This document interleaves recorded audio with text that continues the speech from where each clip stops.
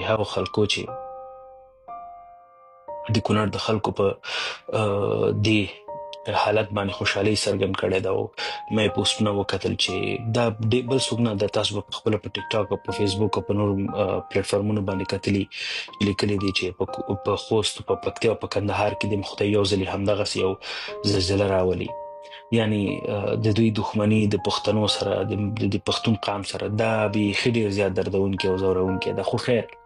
یو خبره مو همیش په یاد وساتئ چې دا هر څه به تیریږي. که په موږ نن ښه ورځ دی، که بده ورځ دی، ترخه ورځ ده، چې دا هره ورځ په موږ باندې راتلونکې ده راځي، دا به موږ تیرو. خو چې دا مو هېڅکله له هیره ونه وځي چې دا خلکو د موږ په غم باندې زموږ په ویر باندې خوشحالۍ کړې دي. د دې پر ځای یعنی په بدخشان کې، په بغلان کې، په بامیانو کې، په ټولو هغو سیمو کې چې هلته هېڅ پښتون ژوند نه کوي، هېڅ پښتون. خو چې کله هلته زلزله سوې ده، هلته کله سیلاب راغلی، هلته بل کوم آفت نازل سوی، تر ټولو مخکې همدغه پښتانه هلته ورغلي دي، کورونه یې جوړ کړي دي، دوی تر څنګ ودرېدلي، دوی سره یې لاسنیوی یې کړی دی، دوی په غم کې ځانونه شریک کړي دي. زموږ د کرکټ ټیم د دوی ټولو دپاره یو ډېر ښه مثال دی چې کله په هرات کې زلزله وشوه، همدا پښتانه ول، والله که بل هېڅوک و، همدا پښتانه ول چې ډله ډله ورته روان ول او دا یې ولاکه کتلي چې تا ژبه څه شی دی، تا قام څه شی دی، ته وایې څه شی. نه یې د مذهب پوښتنه کړې، نه یې د ژبې پوښتنه کړې، نه یې د قام پوښتنه کړې،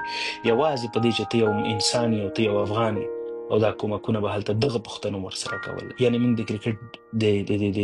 لوبغاړو نه د نبي ساخي نه نیولی تر راشد خانه پورې دا ټولو کومکونه وکړل، نه دا په نظر کې ساتلو سره چې ته پښتون یې. اما نن ورځ په دې میډیا باندې ما د دوه هغه خلکې ولیدل چې په واقعیت کې دومره حده پورې ترې نه توقع ما نه درلودله چې ته د ما په غم باندې خوشحالي کوې، د خپل هموطن باندې د خپل یو وطندار او د خپل د هموطن په غم باندې ته خوشحالي کوې او بیا دا وایې چې خدای د نور ولایتونو کې هم په پښتون مېشتو سیمو کې د خدای نور هم زلزلې راولي. ولې تاسو په وچ لاس باندې ځان د دې خاورې نه بیرون ګڼئ؟ تاسو دا موږ ته ښایي چې تاسو اصلاً کې دغې خاورې ته ژمن نه یې، دې خلکو ته ژمن نه یې، ځانونه په خپله ځانونه جلا بولئ. یعنی د نفرت او د کرکې آخري حد ته تاسو رسېدلي،